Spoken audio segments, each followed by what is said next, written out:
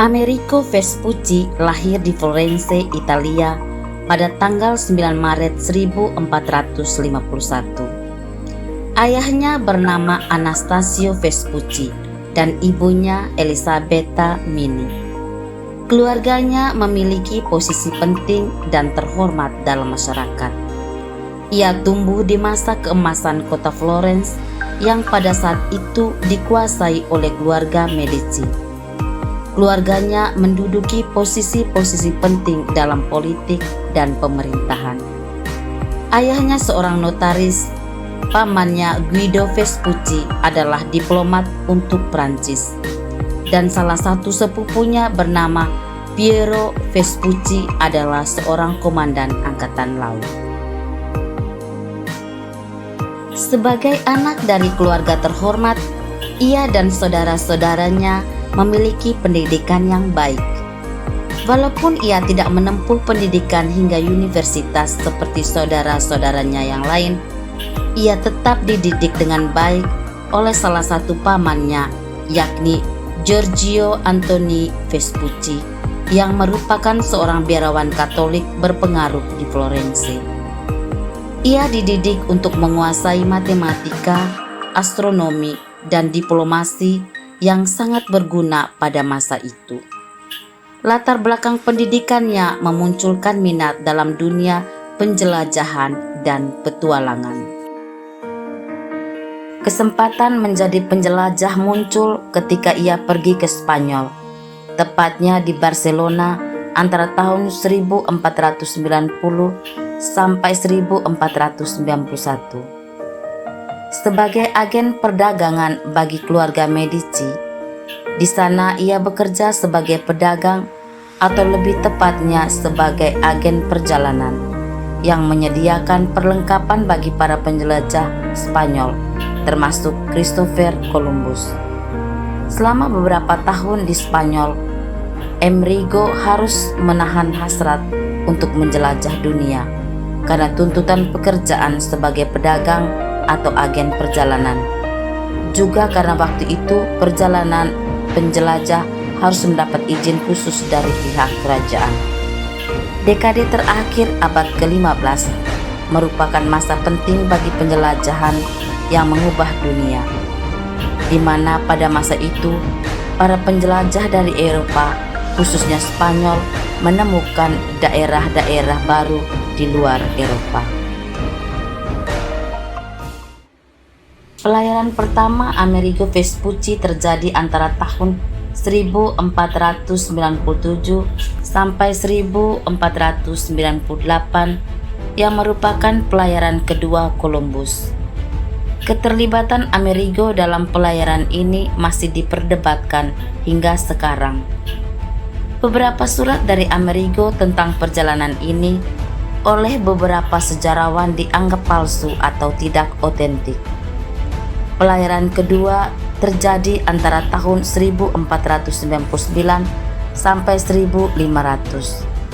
Dalam pelayaran ini, Amerigo bertugas sebagai salah satu navigator dalam kapal yang dikapteni oleh Alonso de Ojeda. Mereka berlayar ke selatan Amerika dan sampai di Teluk Venezuela. Amerigo Vespucci kagum akan keindahan desa di situ, yang kemudian mereka sebut Venezuela, yang berarti Venesia kecil, karena mengingat mereka pada kota Venesia di Italia. Namun, klaim nama ini pun masih diperdebatkan. Pelayaran ini menjadi dasar bagi pelayaran Amerigo selanjutnya. Pelayaran ketiga Amerigo Vespucci terjadi antara 1501 sampai 1502. Kali ini ia berlayar atas permintaan Raja Portugal. Namanya sebagai navigator dan kosmografi telah terkenal hingga ke Portugal.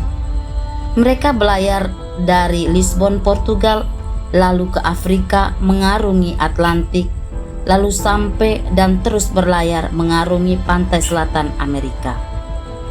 Pada pelayaran kali inilah ia menemukan tempat indah yang ia namai Rio de Janeiro karena saat itu tepat bulan Januari. Dalam suratnya kepada temannya Lorenzo Medici di Florence, Italia, ia menulis bahwa daratan yang mereka temui bukan hanya sebuah pulau, melainkan sebuah benua, dan ia sebut dunia baru atau New World. Inilah satu klaim yang merubah peta global secara umum dan suatu sumbangan besar bagi dunia penjelajahan di kemudian hari. Vespucci melakukan beberapa pelayaran lagi di tahun-tahun berikutnya hingga terakhir pada tahun 1507. Setelah pelayaran yang penting itu, Amerigo kembali ke Sevilla, Spanyol pada tahun 1504, di mana di tahun 1505 ia mendapat status kewarganegaraan Spanyol. Setelah keberhasilan dalam pelayaran dan kehebatannya sebagai navigator, ia mendapat posisi penting dalam pemerintahan sebagai kepala navigasi di kerajaan Spanyol.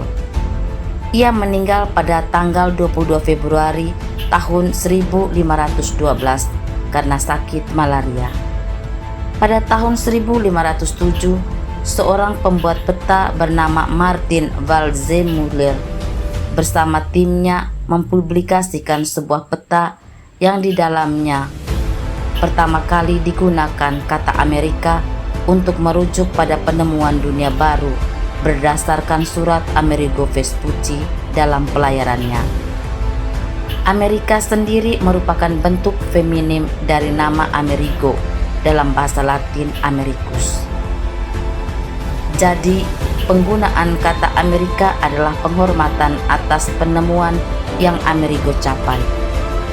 Publikasi ini menjadi acuan penting bagi navigasi pelayaran dan penjelajahan di masa-masa selanjutnya.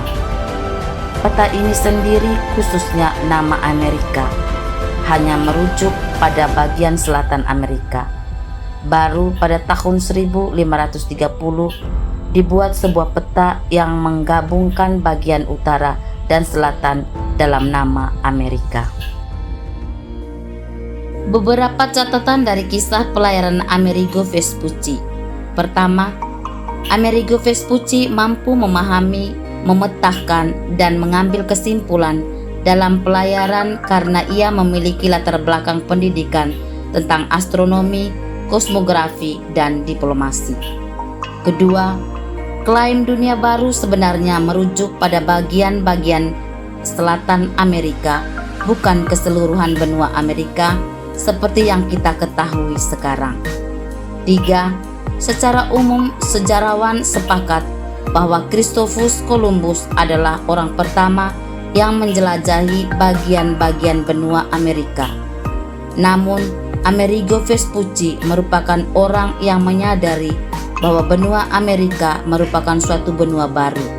Selama penjelajahan Columbus hingga klaim dunia baru oleh Vespucci, semua orang khususnya di Eropa menganggap wilayah baru yang ditemukan sebelumnya adalah bagian dari Asia. Keempat, Amerigo Vespucci adalah penjelajah sejati. Artinya, ia berlayar untuk memenuhi hasratnya akan petualangan dan pengetahuan. Berbeda dengan kebanyakan penjelajah yang berlayar dengan tujuan untuk menaklukkan daerah baru, menjarah dan mengambil budak-budak untuk dijual di Eropa.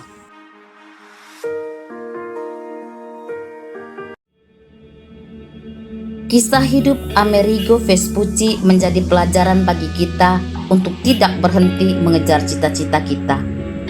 Jika kita memiliki bakat pada suatu hal, kita harus mengasah dan mengembangkan bakat itu, dan sedapat mungkin apa yang kita capai juga berguna dan berdampak pada kebaikan banyak orang.